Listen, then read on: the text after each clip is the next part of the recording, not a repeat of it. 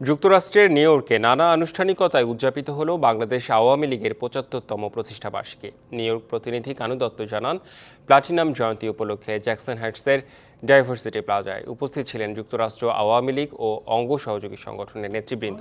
বঙ্গবন্ধুর প্রতিকৃতিতে পুষ্পমাল্য অর্পণ আর জাতীয় সঙ্গীতের মাধ্যমে অনুষ্ঠানের সূচনা করা হয়।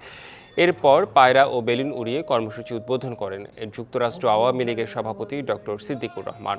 সংগঠনের সাধারণ সম্পাদক আব্দুস সামাদ আজাদের সঞ্চালনায় বক্তব্য রাখেন সহসভাপতি ডাক্তার মাসুদুল হাসান, শামসুদ্দিন আজাদ, লুৎফর করিম, কাজী কয়েস সহ অন্যরা।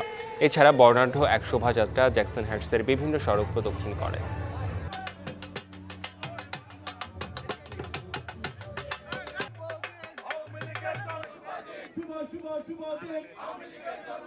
নগদের কাছে সব গ্রাহকই প্রিয়, তাই তো সারা দেশে ক্যাশ আউট চার্জ সবচেয়ে কম।